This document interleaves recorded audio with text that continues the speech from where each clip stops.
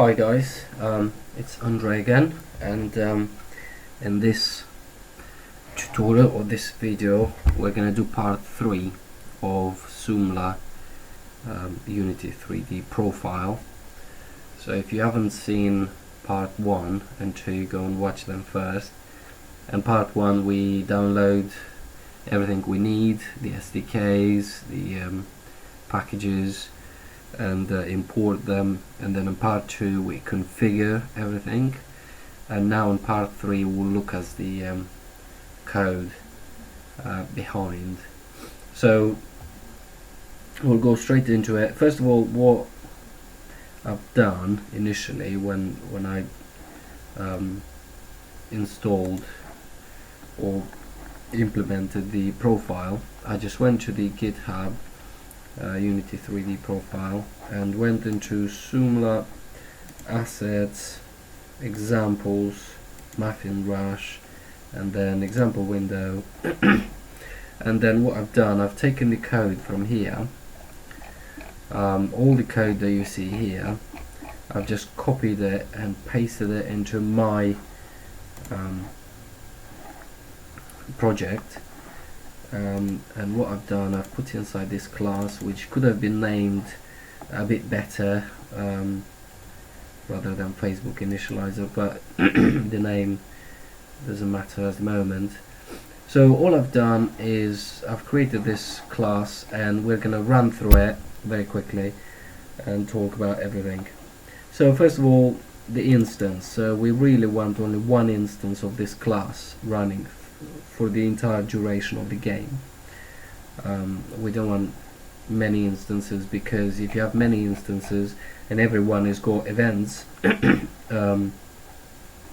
wired up, then all these events are going to fire multiple times. So we just want one instance. Then we've got is visible, which says display or not, is in it, that means is profile initialized or not, and then I've got my own little variable there, current level, because I need it.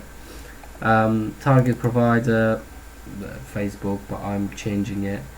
And shared reward, you could have a reward that you can give to the user when they share or like it or whatever.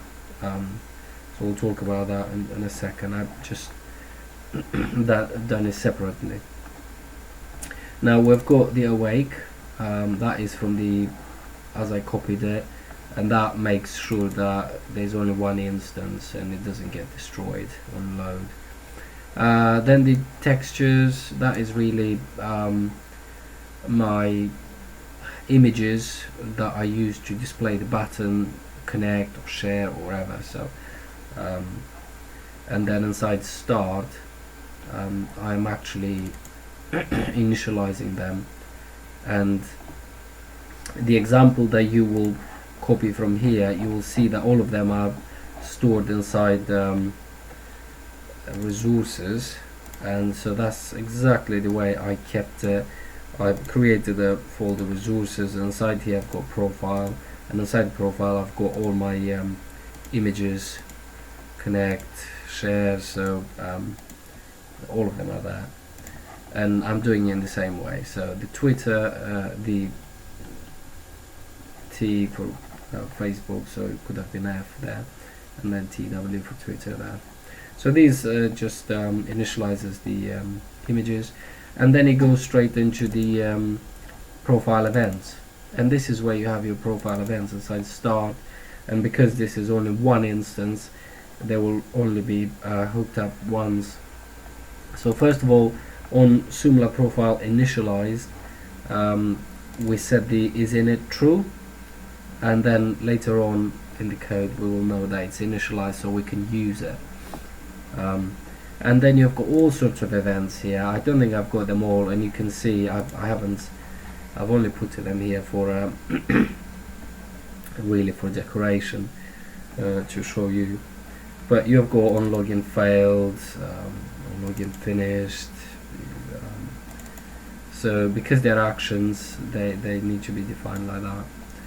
And So you can go and define whatever event you want to or you care about. The one that I care about is on social action finished. So because in my game what I do, I give them 10 liters of petrol if they share, and basically they're allowed to share twice for a given level, and the ability to share, or the buttons, only come up when they successfully finish that level. So we get the current level, we say has it been shared, how many times did they share for this current level, and then we say, well, if it's less than 2, then okay, give them some more petrol, give them 10 liters of petrol, and then make sure that we register that they have actually shared for this level. So and then after you have specified all the event handlers, then do the initialization. And then this one here, I haven't touched it, is the way it was, the way I've copied it over. And then what we have two static methods, one for open window and one for close window. So inside here, the key variable is visible. So you can set it to true or false, and that will display your social media buttons on screen, or you won't. So it depends which one you call. So that is done there. Here I'm just making sure that if they have shared more than 2 times, then I'm giving a different button which doesn't have the text share, and I'll give you petrol. It's just a plain text. Update is as I copied it, stay the same, and that really just handles Android escape. So that is self-explanatory. Then on GUI, basically we say if it's not visible, then just return. Don't bother with anything. But if it is visible, then go and display welcome screen. And inside the welcome screen is our main chunk of logic here, and so it's pretty clear. We go in and say, is it initialized? Has the SOOMLA profile module been initialized? And if it has, well, if it hasn't, then well, okay, we'll come to that. If it hasn't, basically you just forget about it. You don't do anything, because there's nothing you can do.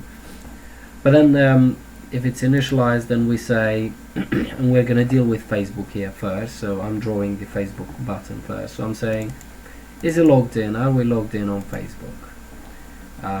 And if we are, then I set the button graphics to share. But if it's not, then I'm setting it to the connect. So the button will say connect rather than, because I've drawn the text inside the button, I'm not putting the text here. It's on the graphic, the text. So so they know that they are connected and they can share. Or if it's not connected, if it's not logged in, then they see the button connect, and then they click on connect, and then so we set the target provider to Facebook, and we set the login, and we give it a Facebook, and then you can give them you can pass in the reward, but I'm not really doing anything with it. So that is if they are not logged in. If they are logged in, then we display a button with a share, and then whenever they click it, you do SOOMLA profile update store it. And really, this is a method SOOMLA has, and you give it a Facebook. But if you just highlight over it, it will tell you all the details. One's the provider first, then a message second, then the name, then the caption, then description, and you just provide all of that. Here I've put a URL to the actual image, then a URL to the blog post where all the information about this game. So you can go and just specify all these things, and you can then post to Facebook and then go and have a look, see where this was displayed, where this was displayed, if it was displayed, and then you can change it if you like. And then we go down and we draw the other button, and that is the Twitter.